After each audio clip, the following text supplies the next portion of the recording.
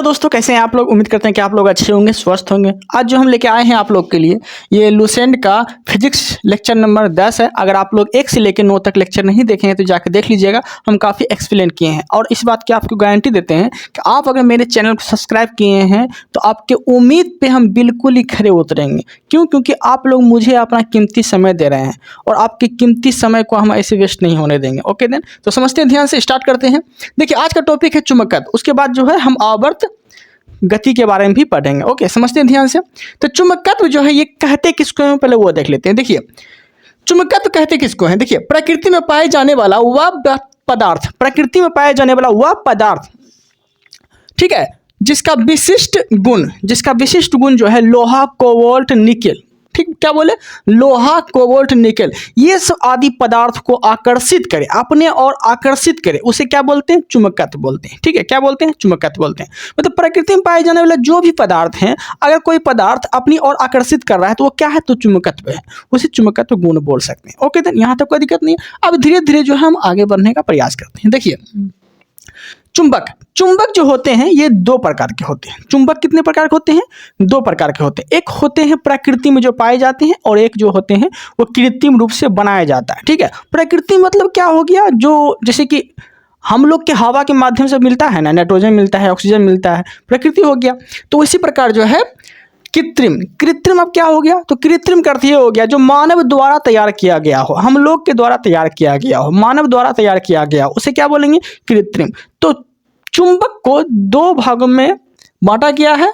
ठीक है, एक प्रकृति चुंबक, एक होता है कृत्रिम चुंबक। ठीक है, तो समझते हैं ध्यान से। देखिए, प्रकृति चुंबक, ठीक है, प्रकृति चुंबक की आकृति की बात बोलेंगे तो प्रकृति चुंबक की आकृति जो होती है वो निश्चित होती है। क्योंकि प्रकृति में जो चुंबक पाए जाते हैं उसका आकार तो निश्चित नहीं होगा ना कि 1 kg का ही होगा, 2 kg का ही होगा, या इतना ही होगा या इतना ही होगा, ऐसा कोई तो आकार निश्चित होगा नहीं। तो प्रकृति में जो चुंबक पाए जाते हैं इसका आकार जो है वो निश्चित होता है। ठीक है, निश्चित नहीं होता, वो निश्चित होता है। ओके देन, यहाँ तक कोई दिक्कत नहीं है। आगे देखते हैं, इसकी क्षमता तो होती है, प्रकृति में जो चुंबक पाए जाते हैं इसकी क्षमता जो होती है लोहा को आकर्षित करना है, कोबाल्ट को आकर्षित करना है अपने और, तो इसकी क्षमता थोड़ी कम होती है। ठीक है, यहाँ तक कोई दिक्कत नहीं है। अब देखिए, प्रकृति में पाए जाने वाले चुंबक की बात बोलते हैं तो प्रकृति में कौन कौन से चुंबक पाए जाते हैं वो देख लेते हैं। क्वेश्चन गिरता भी है, ठीक है, कि इनमें से कौन प्रकृति चुंबक की श्रेणी में इसे रखा गया है, तो आप बता सकते हैं। जिसमें कि पहला आ जाएगा लीडस्टोन, क्या बोले, लीडस्टोन। ओके, और दूसरा हो जाएगा मैग्नेटाइट, फिर लोहे का ऑक्साइड। ठीक है, क्या क्या बोले, लीडस्टोन, मैग्नेटाइट, लोहे के ऑक्साइड, ये सब क्या है, तो ये सब प्रकृति चुंबक के श्रेणी में इसे रखे गए हैं। ओके देन, यहाँ तक कोई दिक्कत नहीं है। अब देखते हैं हम लोग कृत्रिम चुंबक के बारे में। ठीक है, प्रकृति चुंबक में आप लोग को कोई डाउट नहीं होना चाहिए। कृत्रिम चुंबक देखते हैं, कृत्रिम चुंबक जो बोलते हैं वो किसे बोलते हैं वो देख लेते हैं। देखिए, जो मानव द्वारा तैयार किया गया हो, जैसे आपको पता होगा कि प्रकृति चुंबक की आकृति अनिश्चित होती थी, लेकिन कृत्रिम चुंबक मानव द्वारा तैयार किया जाता है, तो उसको तो पता होगा ना कितना पदार्थ ये लेंगे, इतना पदार्थ ये लेंगे, और मुझे 1 kg का चुंबक बनाना है, आकार तो इसका निश्चित हो जाता है। ठीक है, तो कृत्रिम रूप से जो चुंबक बनाए जाते हैं उसका आकार जो होता है वो निश्चित होता है। क्या होता है, निश्चित होता है, क्योंकि उसको तो बनाया गया है, उसको आकार निश्चित भी कर सकते हैं और निश्चित भी कर सकते हैं, तो निश्चित रूप से ये बनाया जाता है। तो कृत्रिम चुंबक का आकार जो होता है वो निश्चित होता है, यहाँ तो कोई डाउट नहीं है। अब देखिए, कृत्रिम चुंबक जो होते हैं ये 2 प्रकार के होते हैं। ठीक है, 2 प्रकार के होते हैं कृत्रिम चुंबक। एक होते हैं अस्थाई, एक होते हैं अस्थाई। एक होते हैं अस्थाई, एक होते हैं अस्थाई। अस्थाई बनाने के लिए जो है इस्पात का इस्तेमाल करते हैं। अस्थाई चुंबक बनाने के लिए इस्पात का इस्तेमाल करते हैं, स्टील का इस्तेमाल करते हैं। ओके, और अस्थाई चुंबक बनाने के लिए जो है नर्म लोहा का प्रयोग करते हैं। अस्थाई चुंबक बनाने के लिए नर्म लोहा का प्रयोग करते हैं। ओके देन, यहाँ तक कोई डाउट नहीं है। अब कृत्रिम चुंबक के एग्जाम्पल देख लेते हैं। कृत्रिम चुंबक के एग्जाम्पल में कौन कौन से आते हैं वो देख लेते हैं। जैसे कि कृत्रिम चुंबक में जो है क्षर चुंबक आएंगे, क्या आएंगे, क्षर चुंबक आएंगे, फिर क्या आएंगे, नाल चुंबक आएंगे। ठीक है, फिर क्या आएंगे, सुई चुंबक आएंगे। ठीक है, चुंबक सुई आएंगे। ये सब क्या आते हैं, तो ये सब आते हैं कृत्रिम चुंबक की श्रेणी में। ओके देन, क्या क्या बोले, क्षर चुंबक, नाल चुंबक और चुंबकीय सुई, ये सब कृत्रिम चुंबक की श्रेणी में से रखा गया है।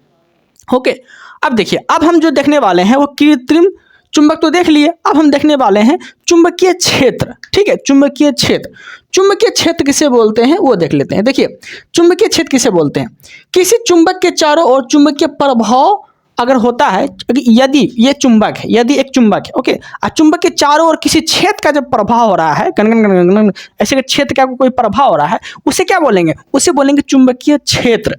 ठीक है, चुंबकीय का अपना एक एरिया होता है, प्रभाव होता है, तो उसे क्या बोलते हैं, चुंबकीय क्षेत्र। यहाँ तक कोई दिक्कत नहीं। वो एक होते हैं नॉर्थ, ठीक है, एक होते हैं नॉर्थ पोल, एक होते हैं साउथ पोल।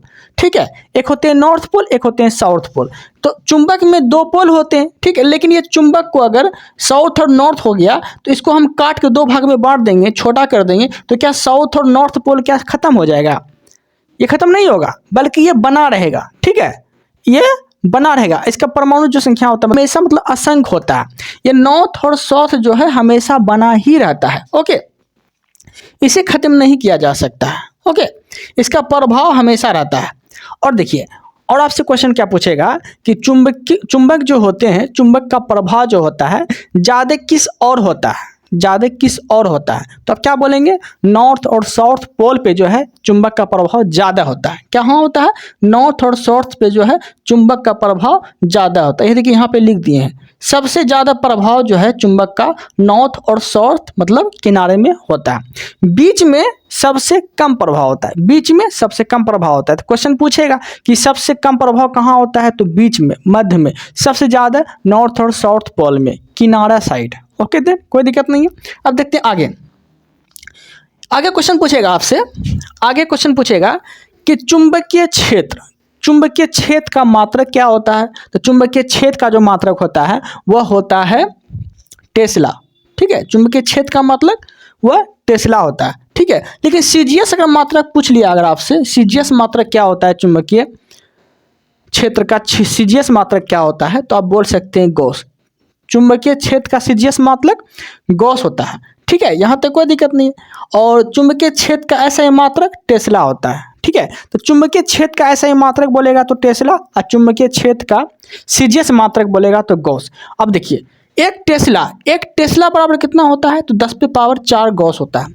10 पे पावर 4 गॉस होता है एक टेस्ला बराबर। ओके देन, आगे देखते हैं। चुंबकीय क्षेत्र की दिशा ज्ञात करने के लिए संबंधित कुछ नियम है। ठीक है, चुंबकीय क्षेत्र की दिशा ज्ञात करने के लिए संबंधित कुछ नियम है, वो देख लेते हैं। चुंबकीय क्षेत्र की दिशा ज्ञात करने के लिए संबंधित नियम क्या क्या है, जैसे कि पहला है फ्लेमिंग का नियम, फ्लेमिंग का बाएं हाथ का नियम, फिर फ्लेमिंग का दाएं हाथ का नियम, फिर क्या है मैक्सवेल का कॉर्क स्क्रू का नियम। ठीक है, मैक्सवेल का कॉर्क स्क्रू का नियम। तो ये सब जो है चुंबकीय क्षेत्र ज्ञात करने के लिए नियम बनाए गए हैं। ओके, क्या बोले, फ्लेमिंग का बाएं हाथ का नियम, फ्लेमिंग का दाएं हाथ का नियम, ठीक है, और मैक्सवेल का कॉर्क स्क्रू का नियम। ठीक है, तो समझ में आ गया आप लोग। तो क्वेश्चन आपसे कैसे पूछेगा, चुंबकीय क्षेत्र ज्ञात करने के लिए किस नियम का इस्तेमाल करते हैं, किसका नियम लगता है, तो फ्लेमिंग का दायां हाथ का नियम, बायां हाथ का नियम और मैक्सवेल का कॉर्क स्क्रू का नियम लगता है। ओके, कोई दिक्कत नहीं है। अब देखिए, नाम का वैज्ञानिक था, तो फैराडे जो था वो 1846 में बताया कि चुंबक जो होते हैं वो 3 प्रकार के होते हैं। चुंबक कितने प्रकार के होते हैं, तो चुंबक 3 प्रकार के होते हैं। ये कौन बताया था, तो ये बताया था फैराडे। ठीक है, फैराडे जो है चुंबकीय पदार्थ को कितने भागों में बांटा, तो 3 भागों में बांटा था। कौन बांटा था, तो फैराडे क्या बांटा था, तो चुंबकीय को 3 भागों में बांटा था। और वो 3 भाग कौन कौन हो गया वो देख लेते हैं। लेकिन उससे पहले चुंबकीय फ्लक्स का कुछ मात्रक है वो देख लेते हैं। जैसे कि चुंबकीय फ्लक्स का ऐसा मात्रक अगर आपसे पूछ लिया तो क्या होता है, वेबर होता है।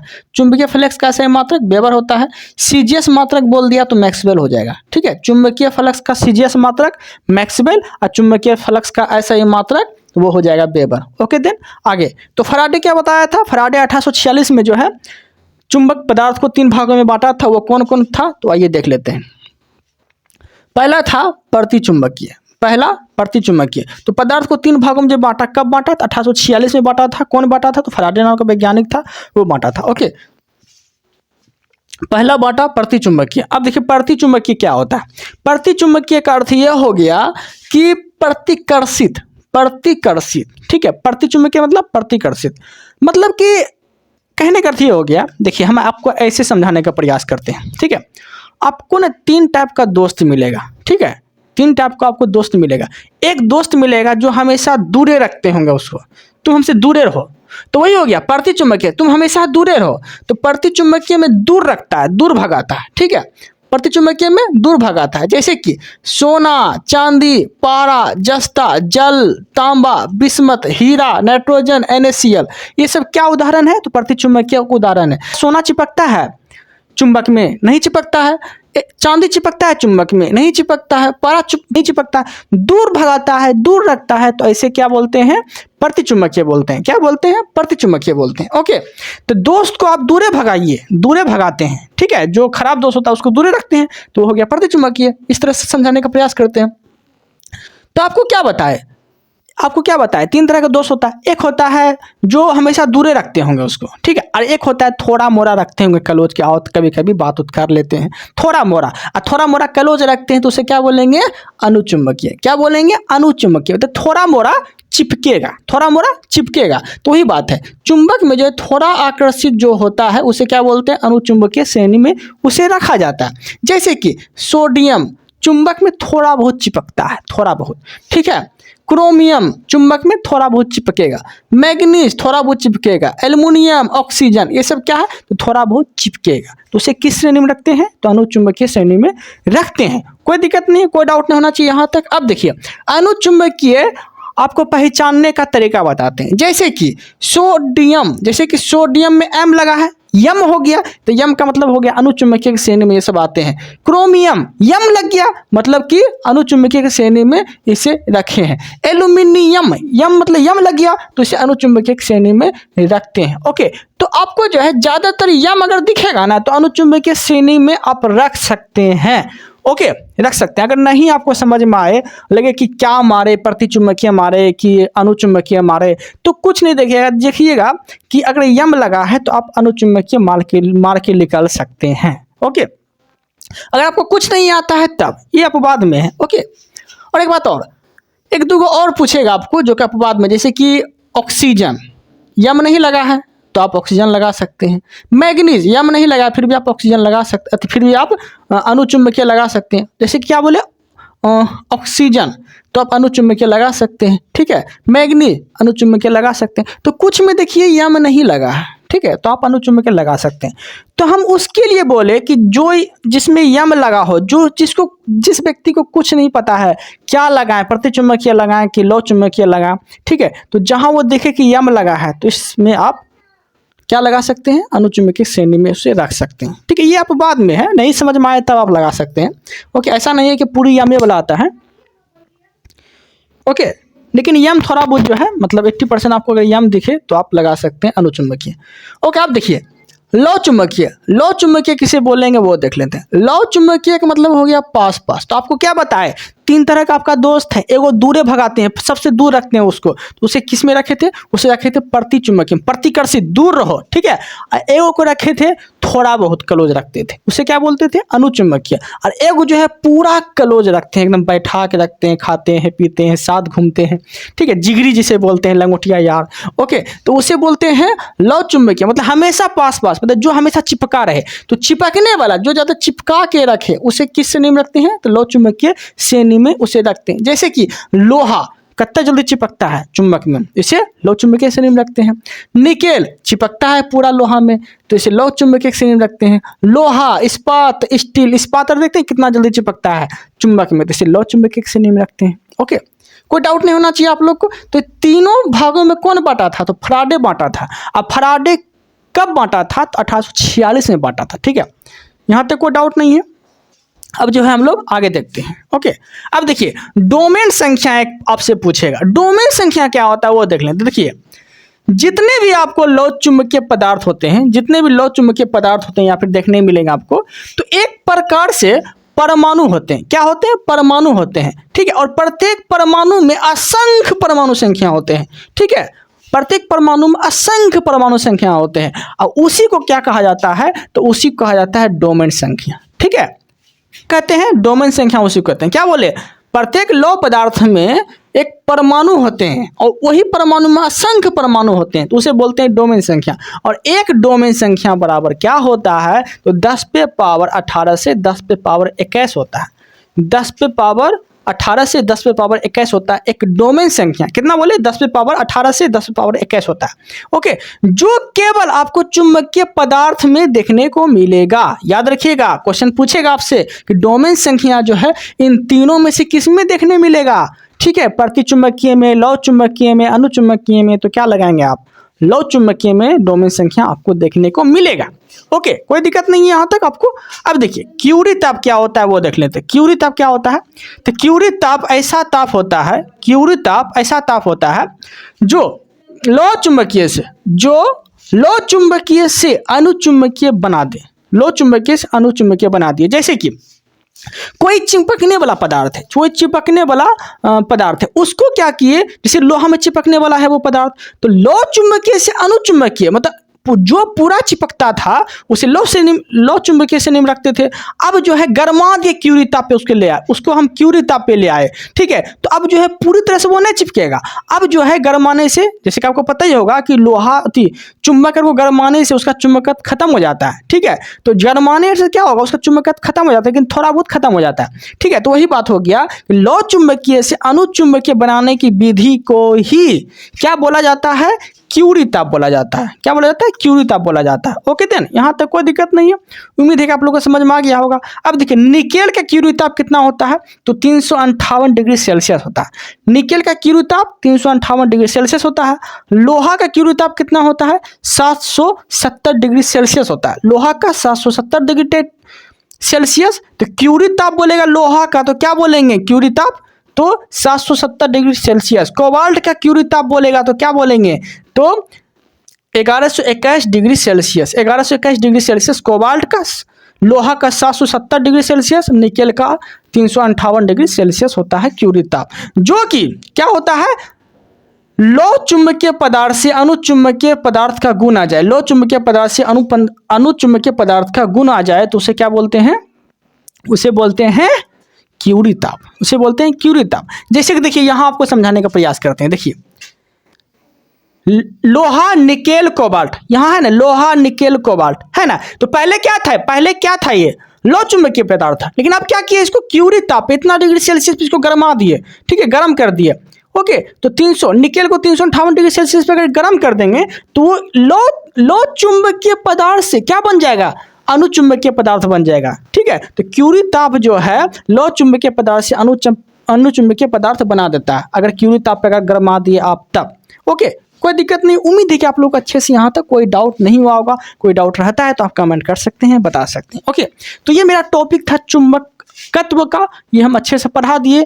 अब जो हम देखने वाले हैं वो देखने वाले हैं आवर्त गति। ठीक है, आवर्त गति, दोलन गति, वो क्या होता है वो देख लेते हैं। देखिए आवर्त गति किसे बोलते हैं, जैसे कि मान लीजिए पिंड है, ये मान लीजिए पिंड है। ठीक है, ये पिंड है, ऐसे करके ये पिंड है। ओके, ये पिंड है। ठीक है, पिंड है, जैसे घड़ी की सुई होता है ना, ये पिंड है। अब देखिए ये पिंड जो है घूमते घूमते घूमते घूमते यहाँ तक आया, ये पिंड जो है यहाँ तक घूमते घूमते आया। ठीक है, फिर यहाँ जाएगा पिंड, घड़ी का सुई जब यहाँ जाएगा ऐसे करके, तो फिर ऐसे तो आएगा ना, ऐसे तो आएगा। ठीक है, तो ये बात है, ये पेंडुलम की घड़ी अगर इधर गया, ठीक है, घूम के फिर इधर आया, घूम के फिर इधर गया, फिर घूम के इधर, मतलब एक बार जाने में एक बार आने में, एक बार जाने में एक बार आने में, वही गति को हम लोग क्या बोलते हैं, आवर्त गति बोलते हैं। वही गति क्या बोलते हैं, आवर्त गति बोलते हैं। तो यहाँ तक कोई दिक्कत नहीं है, जिसे हम पढ़ाने वाले हैं, जो समझाने वाले हैं। पेंडुलम जो इधर से उधर जाए, इधर से उधर जाए, एक बार जाने में एक बार आने में, उसे क्या बोलते हैं, आवर्त गति बोलते हैं। गति कर रहा है तो आवर्त गति बोलते हैं। ओके, यहाँ तक कोई दिक्कत नहीं। अब देखिए सरल लोलक का आवर्त काल कितना सेकंड होता है, तो 2 सेकंड होता है। कितना सेकंड होता है, 2 सेकंड होता है। तो सरल लोलक का आवर्त काल जो है 2 सेकंड होता है, आपको याद रखना है। ओके, अब देखिए 2 सेकंड कैसे होता है, तो आपको क्या समझाए, एक बार जाने में तो एक बार आने में। जब एक बार जाएगा ऐसे करके, ठीक है, तो ये हो गया 1 सेकंड, एक बार लौट के आएगा तो ये हो गया 2 सेकंड। तो 1 और 1 मतलब कि एक बार जाने में, एक बार जाने में और एक बार आने में, तो 1 1 2 सेकंड हो गया। ओके, तो यही बात है, एक बार गया और एक बार देखिए इधर से लौट के आ गया। ठीक है, इसीलिए सरल लोलक का आवर्त काल जो है ये 2 सेकंड होता है। कितना होता है, 2 सेकंड होता है। कोई दिक्कत नहीं है। अब देखिए हम आगे देखने वाले हैं। ओके, देखिए आपको एक सूत्र देखने को मिलेगा। सूत्र क्या है देखिए, टी बराबर 2 पाई रूट एल बाय जी। ठीक है, अब देखिए टी का मतलब क्या हो गया, आवर्तकाल। टी का मतलब टाइम मतलब आवर्तकाल हो गया। ओके, अब देखिए जी का मतलब क्या हो गया, गुरुत्वीय त्वरण हो गया। जी का मतलब क्या हो गया, तो जी का मतलब हो गया गुरुत्वीय त्वरण। ओके, देखिए अब देखिए समझिए ध्यान से। और एल क्या हो गया, तो एल हो गया पिंड। जैसे कि आपको ये जो है ना एल एल ऐसे समझाए थे ना, जो ये समझाए हम ये वाला, ठीक है, ये समझाए पिंड, तो एल क्या हो गया, पिंड हो गया। देखिए टी क्या हो गया, आवर्तकाल हो गया। जी क्या हो गया, गुरुत्वीय त्वरण हो गया। एल क्या हो गया, तो पिंड हो गया। ठीक है, पिंड की लंबाई हो गया। यहाँ तक कोई दिक्कत नहीं है, इसलिए हम अच्छे से लिख दिए। अब देखिए सूत्र क्या है आपका, तो टी प्रोपोर्शनल बाय एल। ठीक है, T proportional root by L, इस तरह से। तो ये जो होता है ना, ये अनुक्रमानुपाती होता है। क्या होता है, अनुक्रमानुपाती होता है। ठीक है, अभी आपको समझ में नहीं आएगा, क्वेश्चन कराएंगे तब आपको अच्छे से समझ में आएगा। ठीक है, देखिए यहाँ भी लिखे हैं, यहाँ भी लिखे हैं। देखिए सूत्र, सूत्र क्या है, टी प्रोपोर्शनल बाय 1 बाय जी। ठीक है, देखिए T proportional by 1 bye ji, T proportional by 1 bye ji. Okay, देखिए इस तरह से दो आपको सूत्र देखने मिलेगा। जब क्वेश्चन जब कराएंगे तब आपको समझ में आएगा। देखिए ठीक है, T proportional by 1 by root g है। ओके, अब देखिए इस तरह से जब रहे ना, इस तरह से रहे तो क्या होता है, तो क्रमानुपाती होता है। मतलब कि टाइम अगर बढ़ेगा तो जी का मान घटेगा, टाइम अगर बढ़ेगा तो जी का मान बढ़ेगा। और देखिए इस तरह से जब दिया रहे तो टाइम अगर बढ़ेगा तो ये जो है ये भी बढ़ेगा, ये भी बढ़ेगा। ठीक है, ये भी बढ़ेगा, मतलब कि अनुक्रमानुपाती होता है। क्वेश्चन कराएंगे तब आपको अच्छे से समझ में आएगा। ठीक है, क्वेश्चन कराएंगे ना तब आपको अच्छे से समझ में आएगा कि हम क्या आपको समझाने वाले हैं। ठीक है, देखिए जैसे कि क्वेश्चन है आपका, देखिए यहाँ से समझ में आएगा आपको। देखिए यदि सरल लोलक की लंबाई बढ़ाई जाए, ठीक है, यदि सरल लोलक की लंबाई बढ़ाई जाए, ठीक है, क्वेश्चन है। ओके, तो लोलक के आवर्तकाल पे क्या प्रभाव पड़ेगा, लोलक के आवर्तकाल पे क्या प्रभाव पड़ेगा। अब देखिए ये क्या था, टी बढ़ेगा तो एल भी बढ़ेगा, अनुक्रमानुपाती होता है। तो क्या बोले हम, यदि सरल लोलक की लंबाई बढ़ाई जाए तो लोलक के आवर्तकाल पे क्या प्रभाव पड़ेगा। ठीक है, तो अनुक्रमानुपाती होता है। टी बढ़ा तो क्या बढ़ेगा, एल भी बढ़ेगा, अनुक्रमानुपाती होता है। तो ठीक है, तो टी एल का अनुक्रमानुपाती होता है, मतलब आंसर क्या हो जाएगा, ई बढ़ेगा तो ये भी बढ़ेगा। ठीक है, मतलब कि सरल लोलक का लंबाई बढ़ाए। ठीक है, तो लोलक का आवर्तकाल क्या होगा, लोलक का आवर्तकाल क्या होगा, लंबाई बढ़ा रहे हैं। ठीक है, तो आवर्तकाल भी क्या हो जाएगा, आवर्तकाल भी बढ़ जाएगा। तो आंसर क्या हो जाएगा, बढ़ जाएगा। ओके, कोई दिक्कत नहीं है। अब देखते हैं हम लोग आगे। देखिए अब यहाँ से देखते हैं। देखिए यदि, अब देखिए क्वेश्चन कराते हैं यहाँ से। यदि कोई लड़की झूला झूल रही है, ठीक है, यदि कोई लड़की झूला झूल रही है, ठीक है, वो अचानक से खड़ी हो जाए। ठीक है, यदि कोई लड़की झूला झूल रही है और वो अचानक से खड़ी हो जाए तो आवर्तकाल पे क्या प्रभाव पड़ेगा। ठीक है, यदि कोई लड़की झूला झूल रही है और अचानक से वो खड़ी हो जाए तो उसके आवर्तकाल पे क्या प्रभाव पड़ेगा। ठीक है, तो वो समझिए, समझाने का आपको प्रयास करते हैं। देखिए जैसे कि ये क्या हो गया, ये पेड़ का डाल हो गया, पेड़ के डाल में क्या हो गया, ये तो रस्सी हो गया। ठीक है, ये डोरी हो गया। ठीक है, तो डोरी जो हो गया ये डोरी की लंबाई है। क्या है, डोरी की ये जो है ये लंबाई है डोरी की। ओके, डोरी की लंबाई है। पहले ये बैठी थी, पहले ये देखिए ये डोरी हो गया। ठीक है, तो पहले ये बैठी थी,